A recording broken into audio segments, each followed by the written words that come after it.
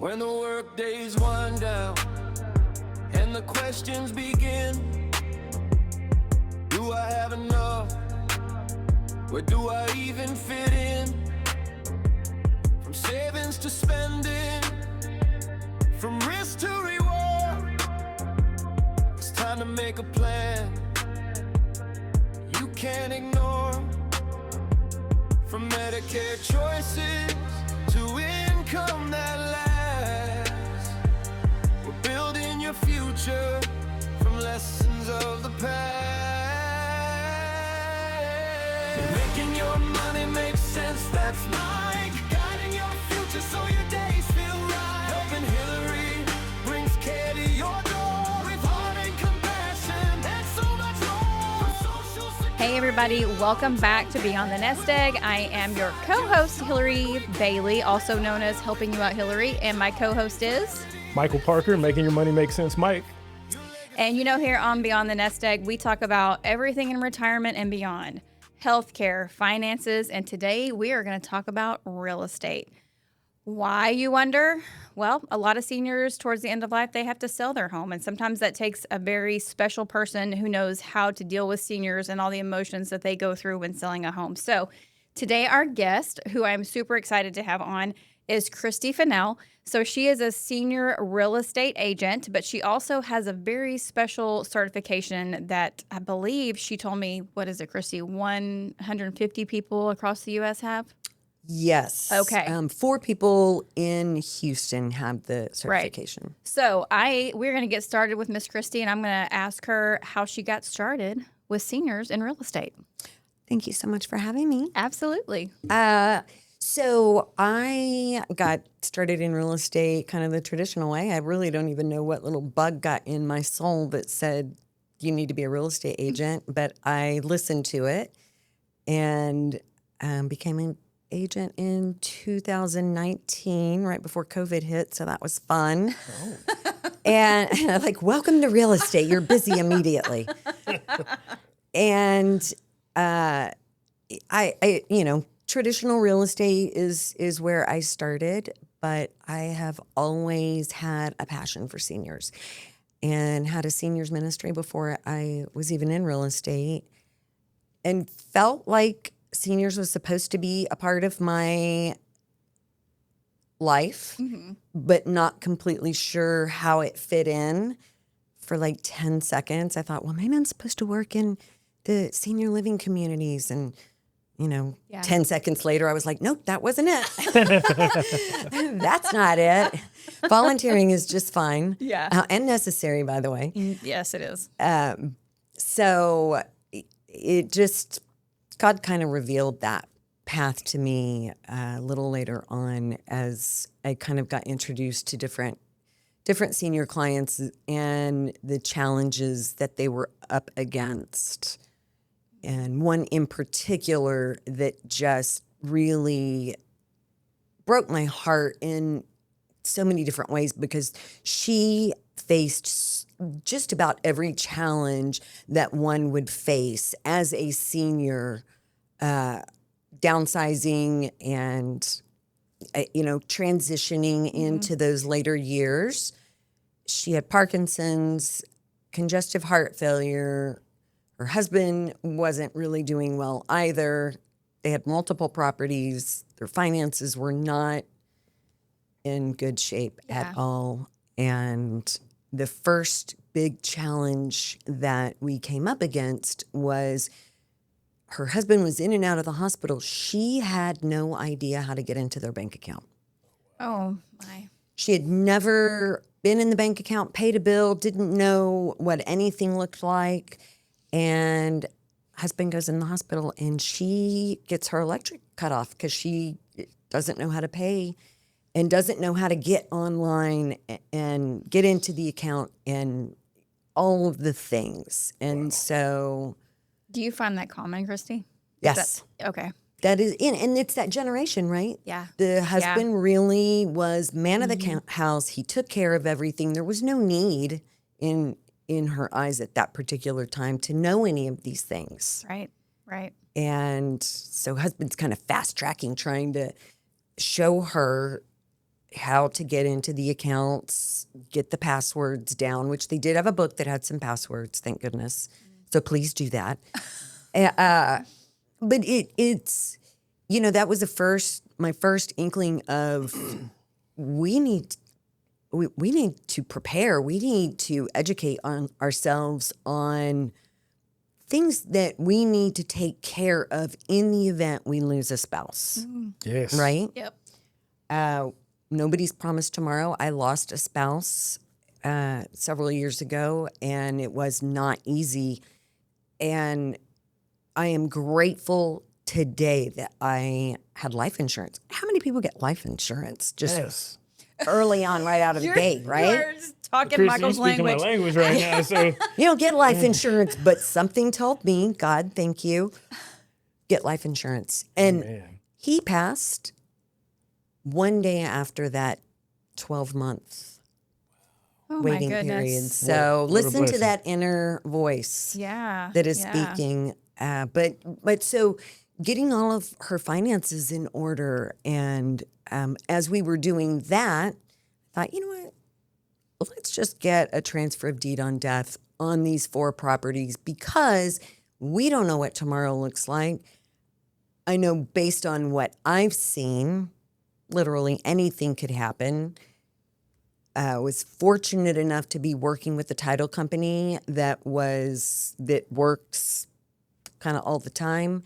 And they met me at the hospital on a Saturday so that we could get that done, get it signed before any medication was given. Yeah. And while he was still alert, because you have to be of sound mind, and that has to be proven, right? Mm-hmm. We were able to get that, and it has to be a wet signature. So we were able to get all of that done, get him filed with the county on Monday. He passed on Friday, unexpectedly. Man. He hadn't been sick in the past. I just, again, thank goodness I've got this like inner voice that I listen to often Yeah. because it saved her. Mm-hmm. She would have lost every one of those properties. There's no way they would have made it out of probate. Just because the finances were not good. Yeah. There were Yeah. liens. It was a big, huge hot mess. Yeah. So, and then we enter into the next phase where now adult children are involved. I was just about to ask, where are the kids? Yeah. Here they come with 3 days worth of clothes, right? I'm here for Yeah. 3 days, and these are all the things that we're going to accomplish in these 3 days. Sorry about Dad, but we got to move on. I got a life back in another state, and so we're going to bury him on a Friday morning, and then we're going to go look at senior living communities that afternoon. I got to leave on Monday. That is not advisable, by the way. Please don't do that. People need time to grieve. Yeah. They absolutely do. And so I learned a lot from this particular client, and I worked with her over 3 years. And she was the one that really sparked that flame inside of me that this was my purpose, that God had given me purpose. This was it. Mm-hmm. He wanted me to take on this role of just being an advocate and supporting seniors in this space. There is a lot of misconceptions where, agents, many of them, not all, there are some fantastic real estate agents out there, but working with seniors is definitely unique. Mm-hmm. It takes so much patience and, they just do things a little differently. So DocuSign is probably not ever going to happen. And I wouldn't advise it. Yeah. Because the baby boomers, they like to touch, hold, feel papers. Yes. I want paperwork, Absolutely. right? Absolutely. So, I give every client a binder that has every single step, every process, when you're going to hear from me, how to get a hold of me, what hours I work, what hours I don't work, Yeah. how long it'll take me to get back in touch with you. So, because we live in a very different world and they're not used to, all of them are not used to this digital world and we're used, that generation, you pick up the phone, you dial it, someone is going to answer on the other end. Right. It's not going to go to voicemail. There's not going to be a line of sentences that comes across your phone that says, I can't talk right now. We'll talk later. So it's just a different concept. And I'm talking old. So 75 plus, maybe even 80 plus. Things need, you really have to adapt to that and know that these are going to be in-person conversations that you have with them, to be fair, and that all of the paperwork's going to be given to them, hard paper copies. We keep everything in the binder so they can always go back to it. And That's awesome. And have answers to their questions right there, and have places where they can have a red pen and strike through anything that you don't understand, or circle it and let's come back and talk about it. Because even if you go through every page, it may not click right then and there, but they will go back and they will read every word multiple times and have questions. And so just having something in their hands that they can refer back to alleviates a lot. So that's kind of how I tailor clients. But the other thing, the biggest hurdle is, well, I don't need to sell my home. I'm fine right where I am. Everybody has that smile. And you know what? Maybe they are, right? And at the end of the day, they are grown adults and they are allowed to make their own decisions. Children can't make the decisions for them as long as they are of sound mind and, then they get to make their own decisions. And so I feel very strongly that seniors need to be respected in that way. They need to be talked to like the educated adult that they are, not like you would talk to your 2-year-old. He'd stand elder speak. Oh, it just drives me up the wall. That would be a good hot take for me because I can't. Hi, honey. Well, These are grown people. Right. Well, Mom, what do you think about this one? She understands English. She taught it to you. Yep. You don't have to speak so slowly. She gets it. Right. And it's a respect thing. Yeah. When you speak to them like they are exactly what they are, which is a grown adult, you will get respect back. Yes. Man, I just learned something. I didn't know there was a such thing as elder speak. There is. There is. There is. Yeah. When people, like when I used to work in nursing homes, they would call, some of the care workers might call them like honey or baby, sugar, papa. No, just Mr. talk about Mrs. Not that. Mr. Mrs. Yeah, no, right. You should. That's what you should call. You should always ask a senior what they want to be called. Absolutely. Correct. Would you like to be called Mrs. Smith or would you like to be called Susan? How can I address you that makes you feel respected? Right. So sorry to interrupt, but I totally understand that. I can't stand that when people talk down to seniors like they're a child. It drives me insane. It is so true. And so, you see that a lot, and the reality is that my conversation with seniors is not pressured. It's and the adult children may have a different timeline. They may have a different agenda, and that's fine. But the reality is that the senior gets to make that choice. And so if the senior is headstrong that they want to stay right where they are, then we need to look at what that looks like. What kind of modifications do we need to make to the house? And I've got partners that I work with that will come in and do age-in-place modifications, opening up doorways to 36 inches, light switches, just whatever adjustments need to be made, bars in the shower, that type of thing. And there are products out there. I just learned of one yesterday that you can put in your home, and they are very, very affordable. And it will predict if someone has fallen. It will predict if it's AI. It's AI, but it predicts if there's a fall. It predicts if someone hasn't gotten up and moved around the house by a specific time. So if they typically wake up at 8 and there's no movement at 10 or 9 or, you know, Yeah. whatever that window is, then it will alert the authorities or the their whoever their Right. Like their power of Next attorney. power of kin. attorney Okay. or kids, family, Okay. whatever. So I just learned about this yesterday, and that could be a really, really great tool for people who really want to age in place, right? And listen, at the end of the day, let's stay in our homes as long as we possibly can, as long as it's safe, Yes. right? And yes. that's what we have to determine. But we've got to work with the senior, and so along with understanding their desires to want to stay in the house, I also really encourage them, let's just come up with a plan that if God forbid something were to happen, let's say you woke up and you were nonverbal and your spouse has passed, are you okay with your adult children? It's going to be the oldest that makes that decision of where you go.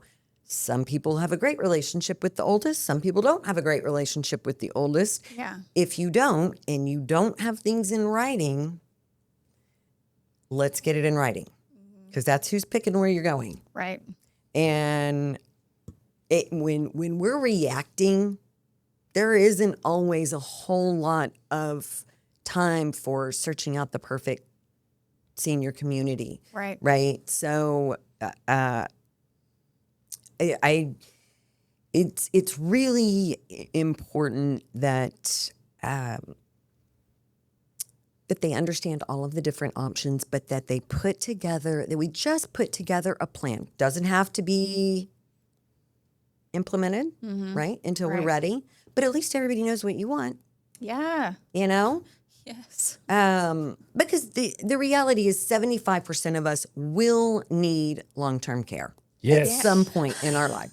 Yes. 75% Yes. will need long-term care. So prepare for it. And at $6,000 to $10,000 a month on average. Yeah. Think about that. How many of us are prepared for that? Say Yeah. it again. Yep. $6,000 to $10,000 a month. Some people, you know, if you don't qualify for Medicaid, you have a small amount that will qualify for Medicaid. You've got a small amount who are independently wealthy and have prepared, and then you have everyone in between. And that is, as we continue to move forward and the senior population continues to grow rampantly like it is, we are going to reach a point where finding senior living is going to be tough. Yes. We are not going to have the staff to, even if we had the buildings, we don't have the staff. We talked about this last week. We did. We talked about how people, my daughter's age, she was 27, they're not having children. Right. A lot of, and if they do, they're not having them until maybe 32, 35. 35. Yeah. So it's like, who's going to take care of us, Mike? That's right. Right. Who's going to take care of us? Right. Think about that when you're paying off your kids' education. Listen, I'll pay off this, but I want to know who has my back. Right? Exactly. Because that is truly something that we all have to think about, is that as a society, we have not planned for this, silver tsunami that is coming. Yeah. We have not planned for it. And so, we can do our best to try, and there are people in place that are trying to, advocate for seniors, but Yeah. we are really far behind the 8 ball right now. Yeah. I agree. So tell me what happens in a situation where a senior contacts you, they want to sell your house. Maybe you go out there, you're talking with them. You can kind of tell maybe they've got a little bit of dementia. Maybe they're not answering appropriately. They don't have any children. What do you do from there? So Because that happens a lot. it does. It Yeah. does. I actually had a lady that came up to one of my listings and just knocked on the door. Hi, I want to look at this house. I want to buy it. My client was like, there's a lady at the front door. I think she wants to buy the house. I don't know. And I was like, tell her to bring her agent. She didn't have one. Tell her I'll call her back. Yeah. And it took a minute, but I realized that we probably had some cognitive thinking issues. She thought that the neighbors were breaking in the house and rearranging her furniture every day. And she had me, I'm not going to lie, she had me for a bit of time. I mean, I am like, we need to call the authorities. This is terrible. They're not, they can't just break into your house. What do you mean? Yeah. And so after a little while, I was like, oh, okay, Right. I get it. And so, what you don't want to do is contradict them, right? Or no, you're probably mistaken, because in their head they are 1,000% not mistaken. So. Them fighting words right there. Yeah, right. It's like, oh my gosh, this is terrible. Well, let's just put some things up so that we, I don't want you to go over there because we don't know who they are. And, so let's just put up some, different things that'll lock you in and cover the windows and that type of thing. She had no children. Her spouse had passed. And I went over there. She wanted to list her house. She wanted to move. For me, and really for every real estate agent, according to your license, we cannot have someone who is not of sound mind sign any legal document, which a listing agreement, a contract, all of these things fall into that category. So I was not prepared, or I was not going to do it. I wasn't going to have her sign anything. But I didn't want to say that up front. I wanted to try and find out who was in charge. Was anyone in charge, right? Because I may not have her sign the paperwork, but I promise you the next agent in here will. Yeah. Without problem. And they did, by the way. But I had asked her, hey, let me just, I have an intake form, and, one of the questions on there is, do you have anyone, in the event that I can't get in touch with you, is there someone that I can put on as, an emergency contact, maybe a power of attorney, something, a family member, something like that. And so she did have a family member that was power of attorney, and I called and let them know what was going on, and they were aware of it, and kind of got me up to date. And they were the one I had called and checked in, and they had said, well, she listed her house, she'd called somebody, which was completely fine. My number one, as long as there is someone of sound mind who knows what's going on, one, but my biggest concern for her is, where is she going? She cannot buy another house because if she's got, and she had pretty advanced dementia, she can find her way back to this house because it's familiar. She's not going to find her way to another house that's not familiar. No, she's not. Also, being in a new environment like that is likely going to amp up the dementia, and it's going to progress faster. So they were able to get her into memory care. Okay. And so that was, that's a best case scenario for me, right? Yeah. For me, it's about the senior, it's about the person and their well-being. If we sell a house along the way, we sell a house, right? But really, I take God's path on this, and it's about advocating for them and making sure that they are not falling victim to fraud, scam, which is rampant right now, and or people come into the door wanting to fix something that doesn't need to be fixed, that type of thing. Yeah. I had a really great question, but I was too into what you were saying to remember what I was going to say now. So, Well, I got a question. yeah, you go right ahead, Mr. Mike. So Hillary spoke about your credentialing. Is it a certification, designation, and what is it? Yeah, so there's a couple of different senior-specific designations. The biggest one is the SRES, which is Senior Real Estate Specialist.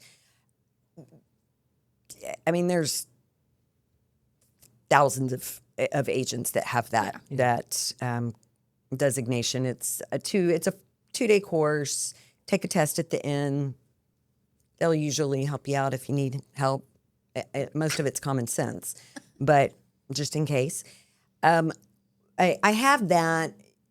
It helps a little bit. For the most part, it's just common sense stuff. But I do encourage agents that are going to work with seniors, do that, because it does have good information in there. The one that I did was the Certified Senior Housing Professional. So it's a Senior Real Estate Institute out of Oklahoma, and it's run by Nikki Buckaloo and her husband, Chris.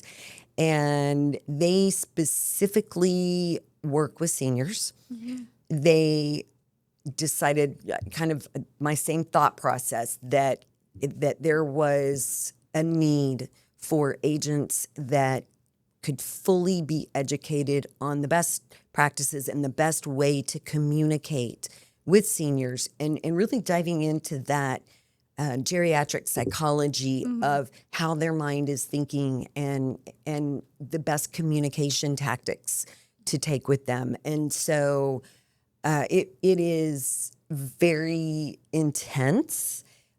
You can just do the first, like the book work part of it, which, take a couple of weeks. That one goes pretty quickly. The last part of it is, and then there's a test, and then there's this last part, which is like your blueprint. And that's really getting into the field, getting into the trenches, going and visiting senior living communities, all the different kinds, interviewing people. It really prepares you on every level to have a full-fledged business that is dedicated to seniors. And then part of that was building your team. So when you and I first sat down and met, it's about being able to go into a client's home and, they're overwhelmed.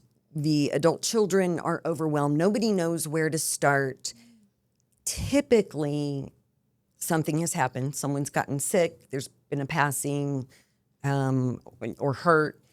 So usually things are kind of moving quickly at that point. But this certification it took me 6 months to finish it.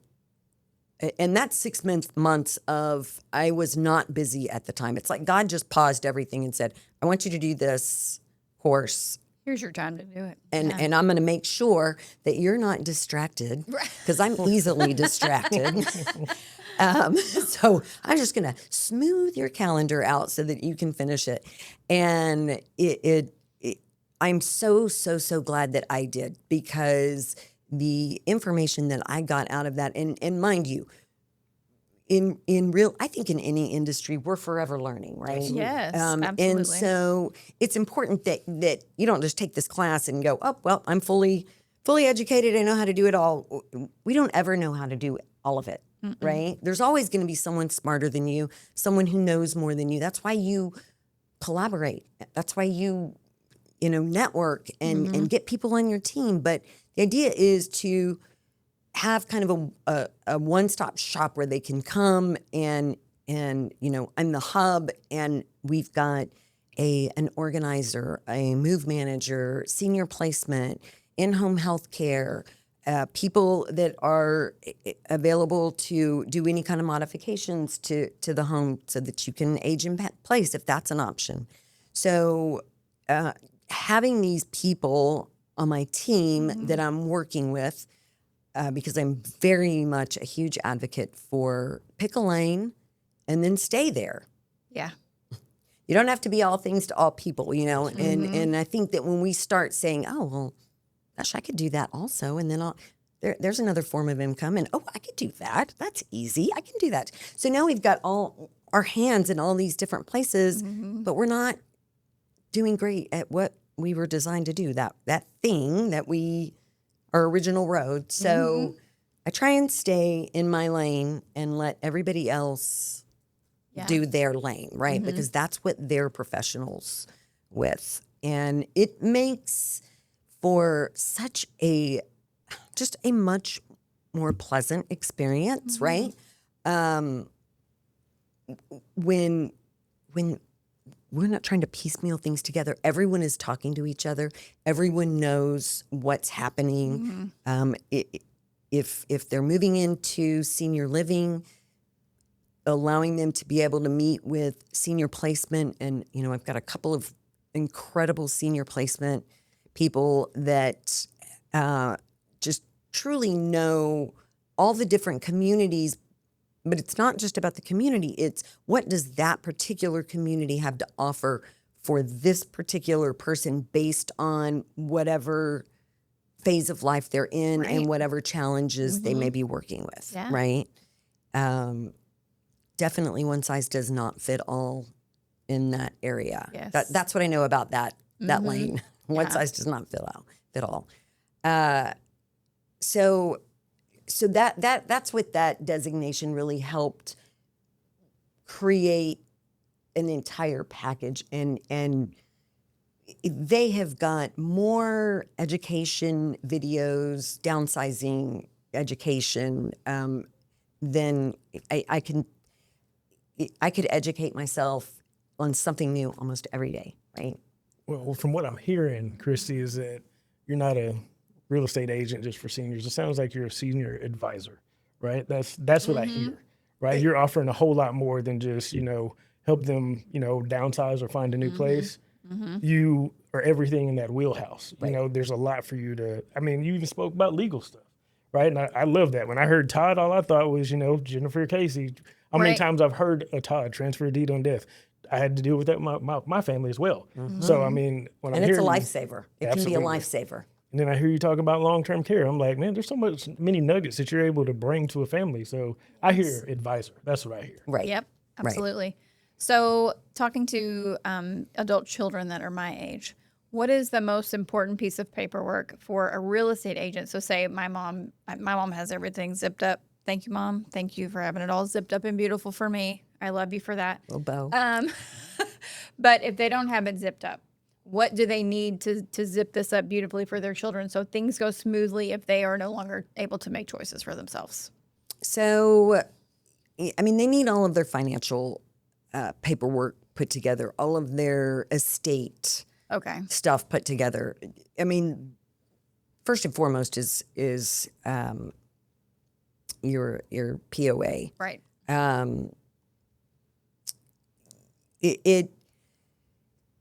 The issue with that is if they pass, that is dead in the water. It's gone. It doesn't work anymore. So that's where the transfer of deed on death comes into play, because now the house doesn't get stuck in probate. And unless you've got that or a trust is great also, right? Absolutely. I highly, highly recommend a trust. But if you get a trust, you've got to do it right. You've got to have, as my estate planning attorney told me, she said, your trust is kind of like your treasure box. And when we first set everything up, you've got your treasure box, but it's empty. It doesn't have anything in it. And so until you put your wealth inside of the treasure box, it's kind of pointless. It's absolutely pointless. So you've got to have all of your, all your assets, your home, your bank accounts, all the things, because the point is that if you've got the home in the trust or transfer of deed, you avoid probate so that you can make the payments. But a lot of times, how are they making payments on this house if they're already strapped? Yeah. Right now, we've had a passing, so we're having to deal with all of that. Everything kind of gets tied up. So having things in a trust is super helpful because it allows everything to continue to move after, in the event that there is a passing. Now, if they're just ill, or maybe they're, just need additional help, then the power of attorney Right. is fantastic. And I recommend. I think that everybody should have a power of attorney. Yeah.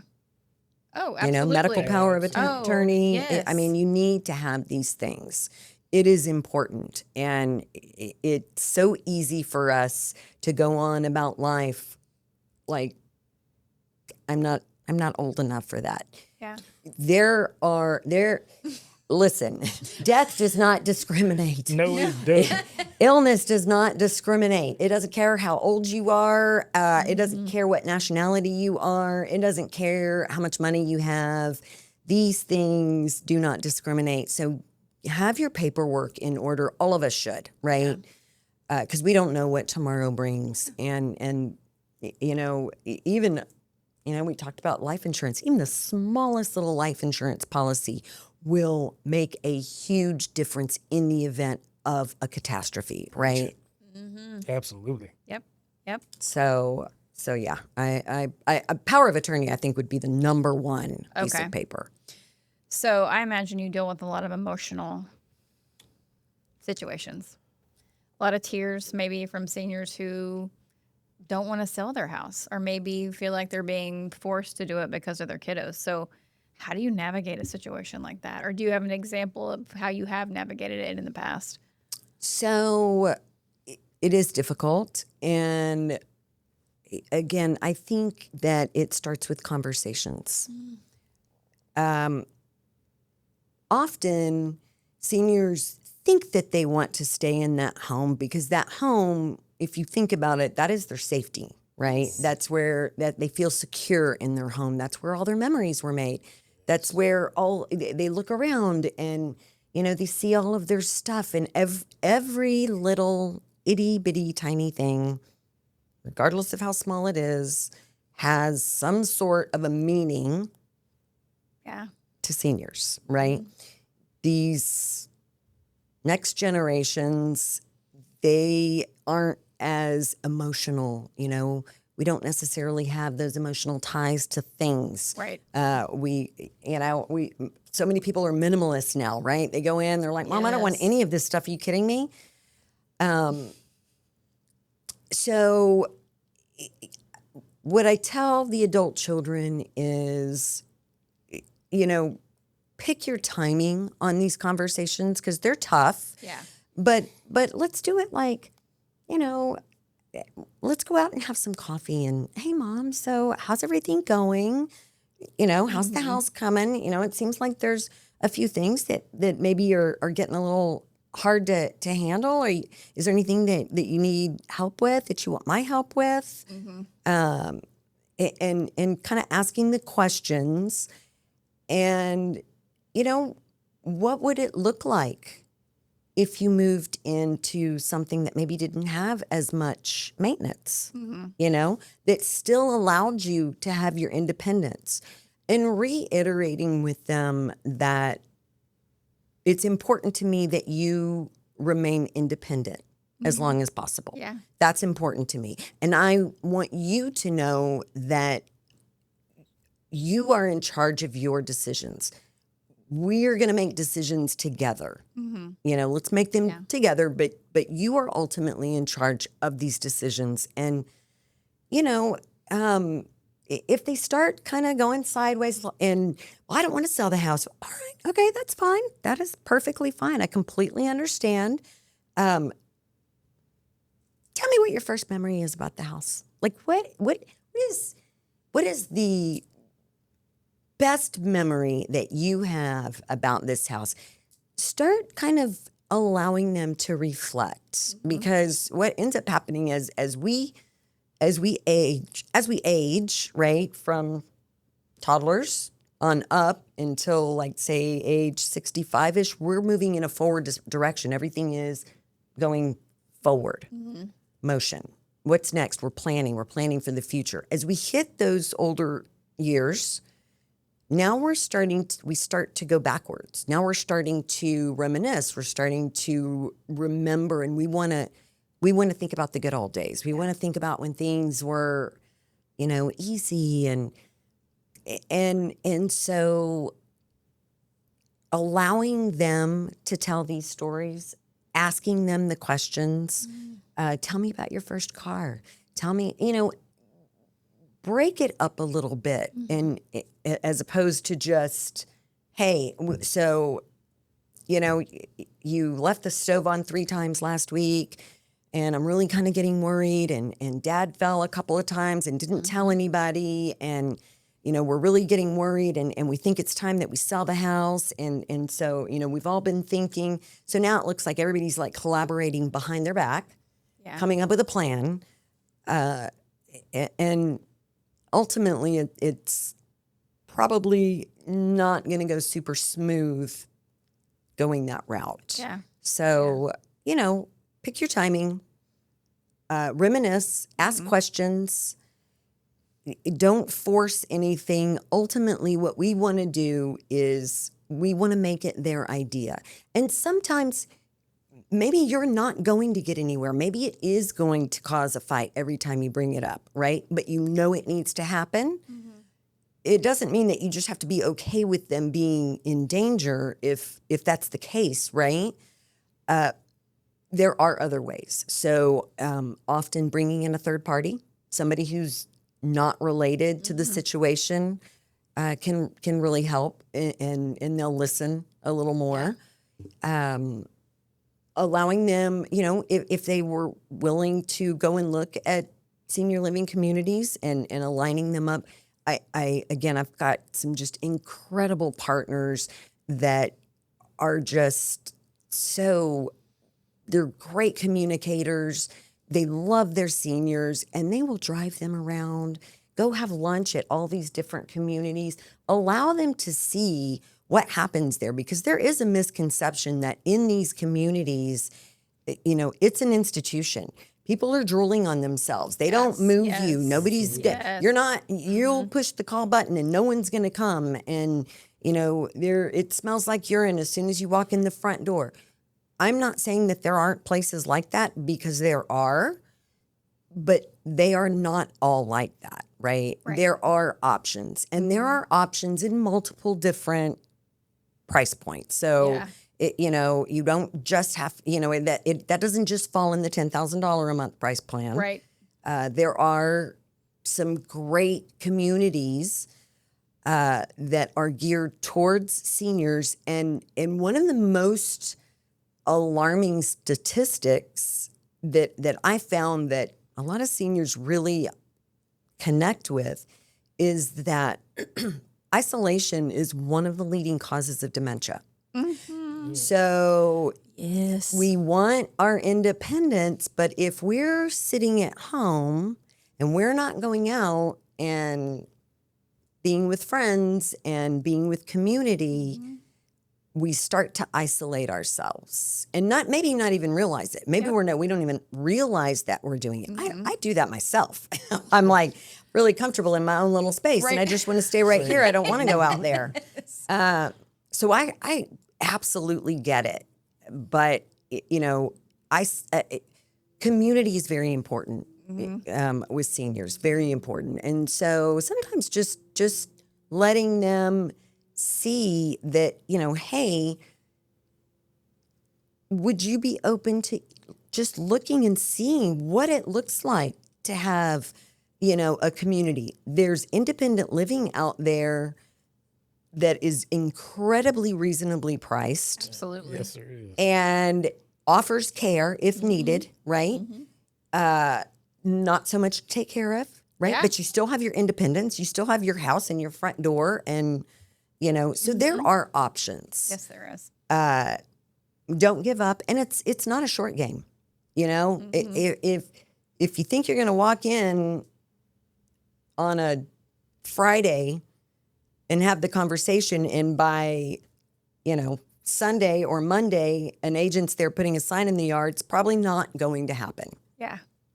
And if it does, I would proceed with caution, because sometimes seniors will agree to things to make people happy and quiet, but they don't really agree. Yeah. And that becomes a problem when we're under contract. Oh, I'm sure. And now don't want to sell, and the reality sets in, and the buyer's got 40 different ways to back out of that contract. The seller's got like 2. So we're not backing out once we're in. We need to make sure that this is something that they are going to move forward with. And for me personally, I am always going to do my best to try and move them first, and we'll mess with the house after. It just isn't fair, honestly, to the senior to have people coming in and out of the house, looking at the house. We've got medications that are out on the countertops that we can't hide the medication because then they can't find it, and they've got everything in a strategic order that if you touch anything, that messes up their whole flow of the medication. So we can't touch anything. But yet, do we want this sitting on the countertop as people are looking at the home, right? Also, sometimes it can take them an hour just to accept the fact that I have to leave the house in 2 hours. Yes. So there is never going to be a too. fast, a quick look at the house, right? Because leaving is just tough. Cleaning up, straightening things. It's a lot. I would prefer to get them into their new environment, beautiful, exactly like you want it. They're happy, and now we can deal with the house. And it makes everything move so much smoother and faster on that end when they're in their space. And, move managers are amazing. Yes, they are. They will come in there and pack up everything, help them determine, which of the 12 pair of scissors do you want to keep? Right. That was my mom. I'm like, Mom, you have 12 pair. They're all the exact same. Well, those are good scissors. I'm not doubting it, but do you need 12 pair? Right. Well, what if I can't find one? Do you need more than 2 pair?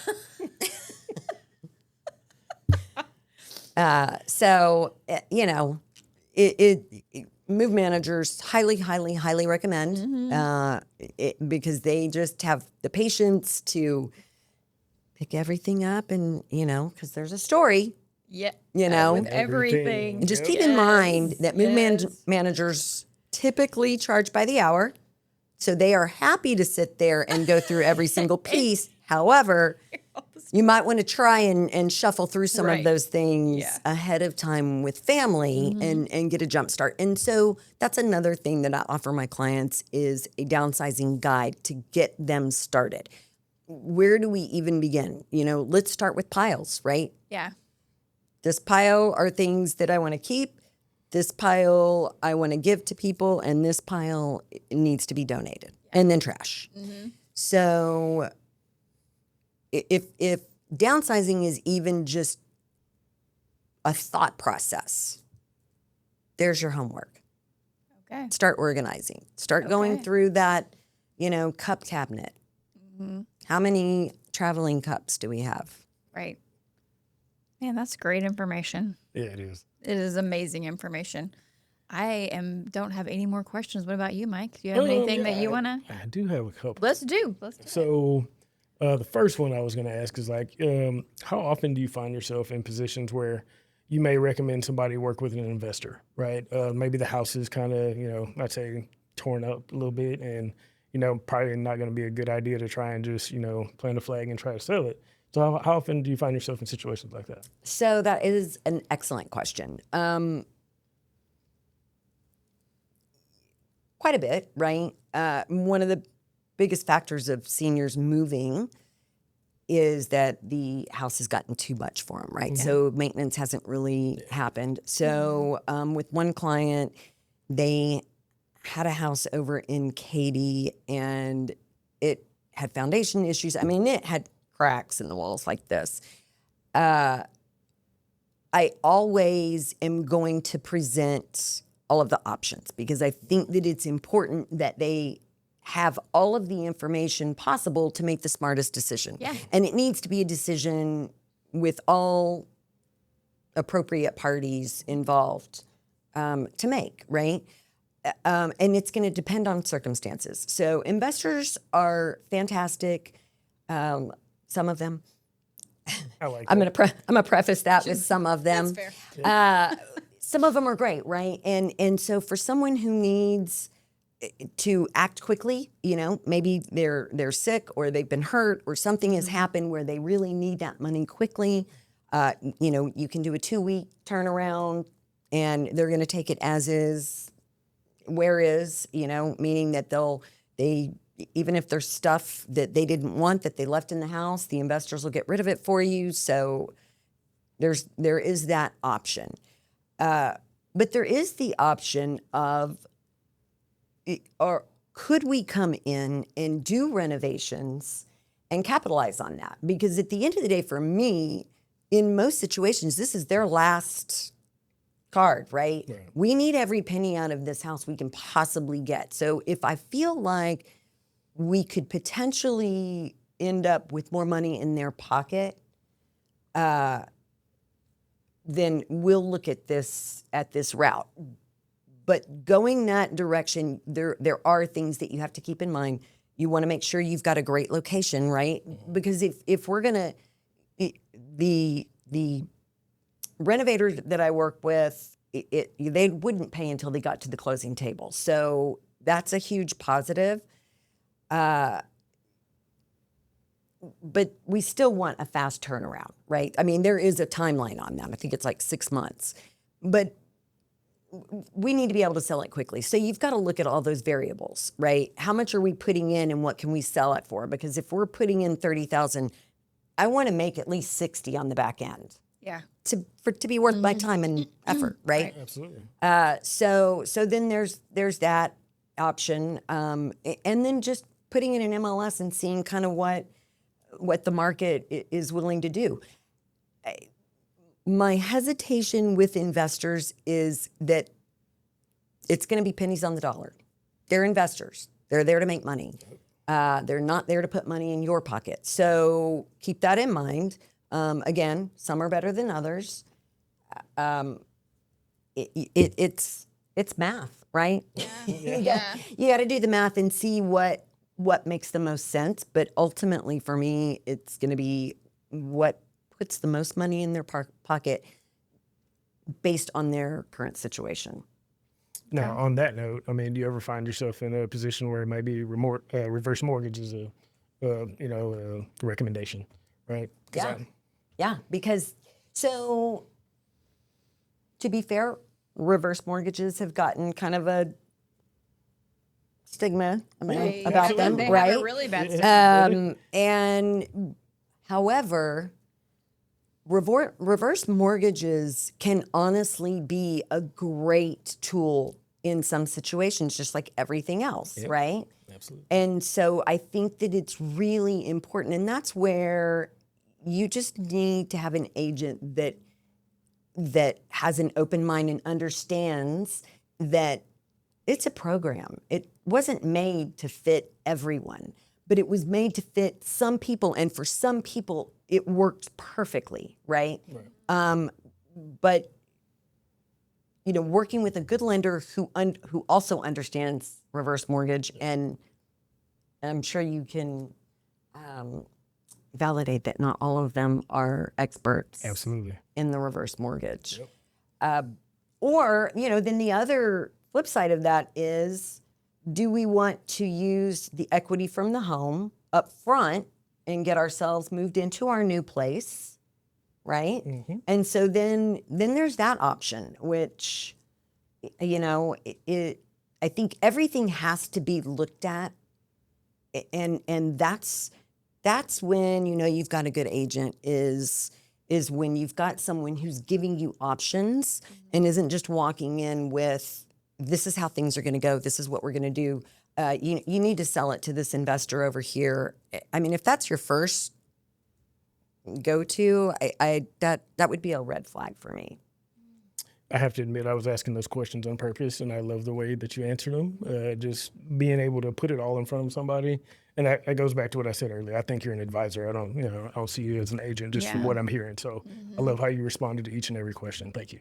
Excellent, excellent. Yes, I mean it's important that people are educated on that, and I think that is really an important topic as we move into this silver tsunami, right?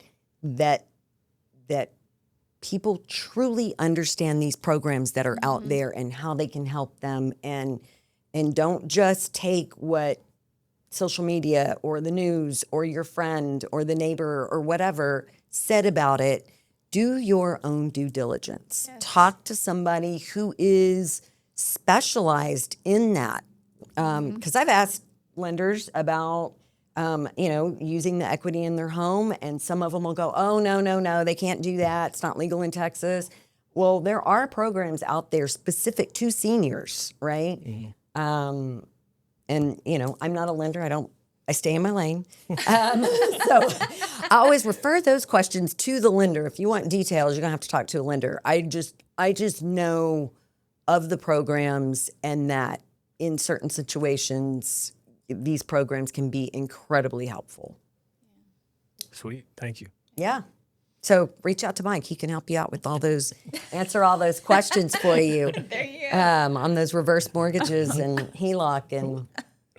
Not me. He'll point you in the right direction. Absolutely. Thank you so much for being on today. Thank you so much for having me, and thank you for what you do. Thank you. With the seniors,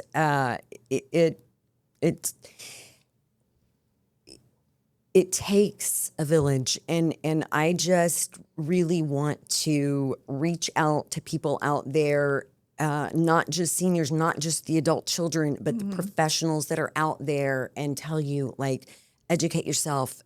We need as many people who are passionate about seniors as possible. And if that is your space, if that is your passion, and it's not for everyone, right? I mean, there are certainly things that I couldn't do. Human trafficking, I'm out. I would be a basket case and need a whole lot of therapy. I can't do it. So, God has a purpose for all of us. Figure out what it is. If it's seniors,